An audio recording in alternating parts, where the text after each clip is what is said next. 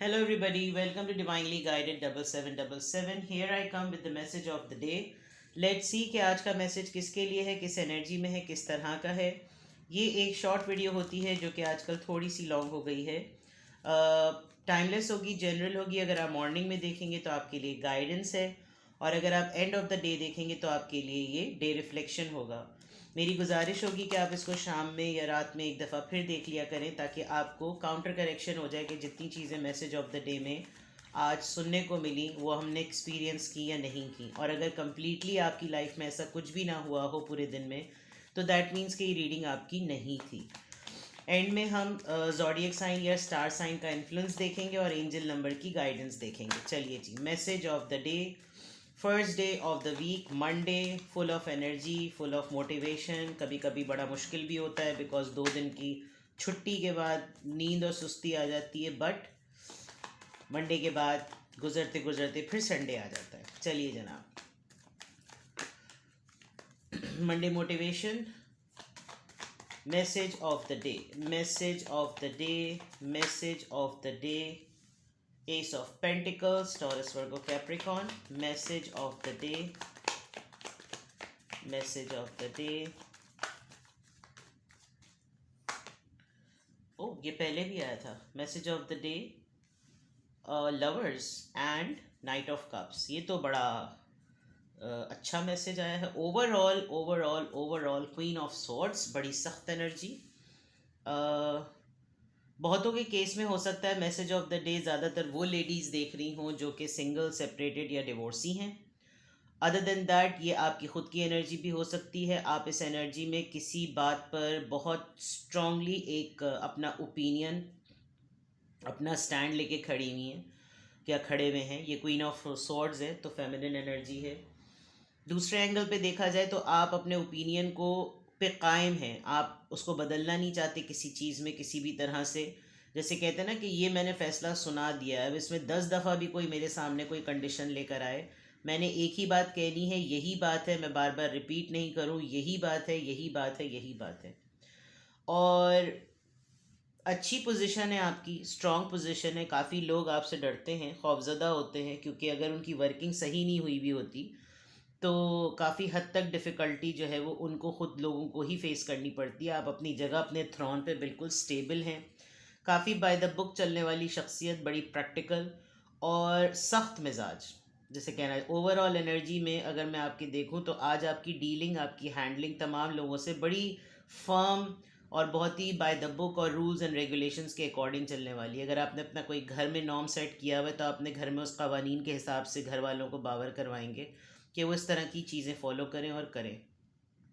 अगर आप जॉब में हैं, बिजनेस में हैं, किसी भी फॉर्म में आप कहीं काम करते हैं तो वहाँ पर भी आपकी एक लीड पोजीशन है, और वहाँ पर आप अपना मुद्दा, अपना पॉइंट जो है वो, अपना ओपिनियन जो है वो बिल्कुल क्लियर रखेंगे. ये तो आपकी ओवरऑल एनर्जी नज़र आ गई. यहाँ पर अगर मैं देखूँ और अब मैं इसको इससे कनेक्ट अगर करूँ तो आपके पास कोई प्रपोज़ल आने वाला है आज. शायद आपने और आपके पार्टनर ने डिसाइड किया है, किसी ने डेफिनेटली, जो लोग लव रिलेशनशिप में हैं, कि आप घर वाले शायद आज कोई बात करेंगे, कोई फ़ोन कॉल करके प्रपोज़ल को बताएगा कि हम आना चाह रहे हैं. बच्चे आपस में एक दूसरे को पसंद करते हैं तो हम चाह रहे थे हम आपके घर आकर बाकायदा तौर पे मिल लें. और ये ऑफ़र जो है वो काफ़ी स्लो है, ये प्रोसेस बहुत स्लो हुआ है. बड़ी मुश्किल से ये चीज़ जो है वो फॉर्म में और एग्जिस्टेंस में आई है. एक सिनेरियो ये नज़र आ रहा है. दूसरा ये कि आपको कहीं ना कहीं से कोई ऐसा पर्सन जो आपके साथ रिलेशनशिप में है वो आज आपसे कोई बात करेगा, कोई ऑफ़र करेगा, कोई कुछ प्रपोज करेगा, कुछ कमिटमेंट देगा. दोनों एंड पर आपके पास एक ऑफ़र आ रही है, और ये पूरी ओवरऑल आपकी रिलेशनशिप और आपकी लव लाइफ से रिलेटेड है.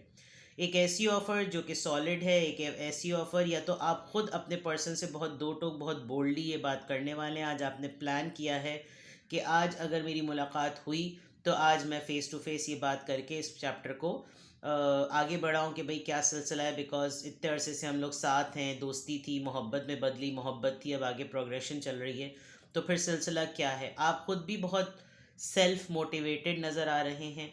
आपको ख़ुद भी लग रहा है कि आप किसी को या अपने रिलेशनशिप को, अपने पर्सन को कोई ऑफ़र देने की पोजीशन में हैं, और आपको लगता है कि इनिशिएट किया जाए, एक सॉलिड कमिटमेंट दी जाए, कुछ ना कुछ यकीनन इस लाइफ के अंदर, इस रिलेशनशिप के अंदर इन्वेस्ट किया जाए. And on the other part इसी के प्रोग्रेशन में आपको लगेगा कि और मज़ीद आगे बढ़ें और आप एक सपोर्ट सिस्टम के तौर पर इसको एक्सटेंड करें। एक तो सिनेरियो ये नज़र आ रहा है, दूसरा ये कि आपके ख़ुद के पार्टनर जो इस रिलेशनशिप में हैं वो उसको सॉलिडिफाई भी करना चाहते हैं। आपकी ऑफ़र के बाद, आपके कन्फेशन के बाद there is a big chance कि वो ख़ुद आगे बढ़ें, पुश हों और आपके लिए इस प्रपोज़ल को प्रोसीड करें, क्योंकि ये इम्पॉर्टेंट बात है। अगर ये चीज़ इस तरीके से नहीं होती, दूसरा ये भी हो सकता है कि अगर आप बहुत हद तक इनके लिए 80% ग्राउंड सेट कर देते हैं तो बाद में जो आपके पर्सन हैं उनको आपकी मदर को या अपनी मदर को, जो कि बहुत ही सख्त हैं, बहुत हो सकता है सिंगल पेरेंट हो, और सिंगल पेरेंट होने के नाते आपके पर्सन जिसके साथ आप डील कर रहे हैं उनकी काफ़ी चीज़ें, जैसे कहना चाहिए ना क्रेडिट के पॉइंट ऑफ व्यू से, जैसे कर्ज़ होता है कि भाई मेरे वालिदैन ने मेरे लिए बहुत कुछ किया, मेरी वालदा ने मेरे लिए बहुत कुछ किया है, उनकी मर्ज़ी होना बहुत शामिल है, वो अकेले हाथ से उन्होंने मुझे पाला पोसा, तो मैं इस तरीके से उनकी मर्ज़ी के ख़िलाफ़ नहीं जा सकता या नहीं जा सकती। तो उस पॉइंट ऑफ व्यू से आप दोनों बहुत ही कलेक्टिवली इस प्रपोज़ल को, इस सिचुएशन को रेडी करेंगे और आप इस फेमिनिन एनर्जी से अपनी कोई बात मनवाना भी चाहते हैं।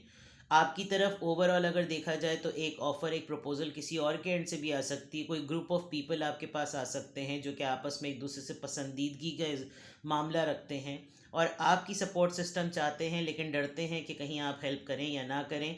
लेकिन कोई ऐसा मामला जो कि लव लाइफ को लेकर एक्सटेंड करने का है, उससे आज आप एक्सपीरियंस करेंगे।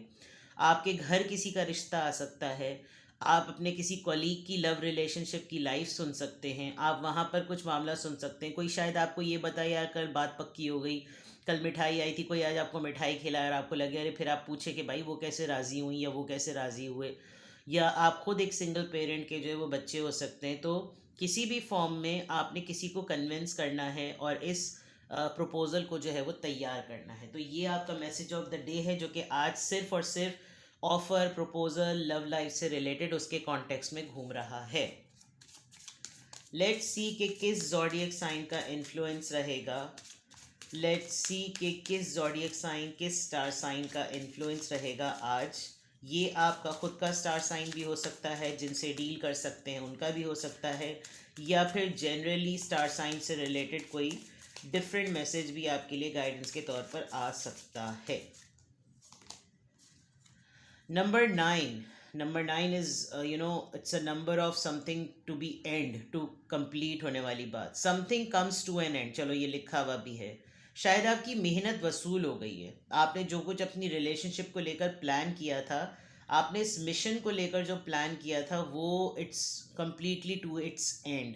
विद इन 9 days, दिसंबर का मंथ है, वेडिंग सीज़न होता है ये, और there is a big possibility या तो 9 हफ्ते बाद आपकी बात तय हो जाएगी या फिर 9 days में, जो इसके कॉन्टेक्स्ट में देख रही हूँ। वरना जो भी चीज़ें आपकी ज़िंदगी में, जो भी मामला चल रहा है, वो अब अपने एंड पर है। अब वो अच्छा हो या बुरा हो, यहाँ तो बहुत अच्छा लग रहा है। सिर्फ एक ये वाली एनर्जी जो है वो, या तो आपने किसी को रजामंदी देनी है, आपने किसी की हाँ में हाँ मिलानी है, हामी भरनी है, राज़ी होना है, हाँ करनी है, ये कुछ इस तरह का सिलसिला, या तो 9 दिन या फिर 9 हफ्ते। और ये वो चीज़ है जो कि बिल्कुल अपने एंड पर पहुंच जाएगी। चलिए जनाब, किस एंजल नंबर को आपने फोकस करना है, किस एंजल नंबर को आपने फोकस करना है, किस एंजल नंबर की गाइडेंस आपने आज के दिन लेके चलना है।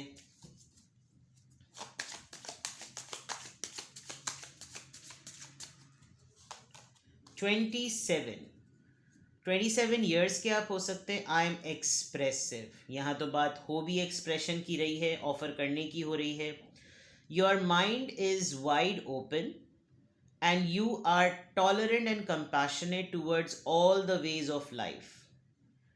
You value freedom of expression and want to improve the conditions of people, whether in your community, country, of the world at large.